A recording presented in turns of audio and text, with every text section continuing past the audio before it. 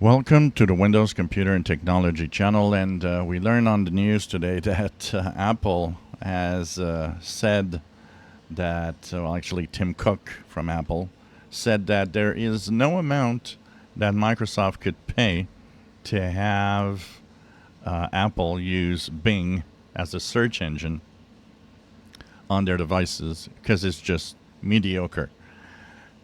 Which is interesting, and I kind of agree that Bing isn't that great. I've used it several times just because it was there, and really don't like the results. It's far from being interesting to use.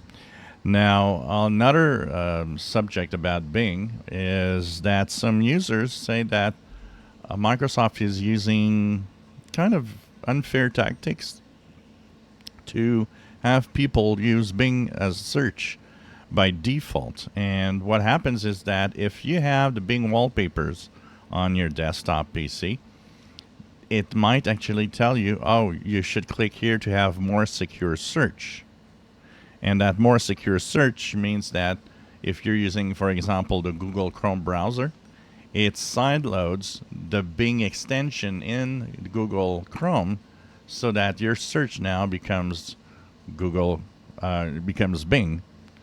And of course, that's kind of a deceptive way of doing things. They're not telling you, oh, you should use Bing or anything like that. It just tells you, apparently, according to some of the users, just tells you, oh, you should click here for, a safer search. And people that click don't understand that they're actually kind of installing the Bing extension. So it's really, these are kind of a little bit sleazy ways of doing business. That's the Microsoft I hate. And unfortunately, they're using a lot of these tactics lately, which is really, really dumb. I think it lowers the quality not only of their services and products, but it also continues to make people even more, weary of Microsoft and not trust them in any way. If you enjoy my videos, please subscribe, give us thumbs up. Thank you for watching.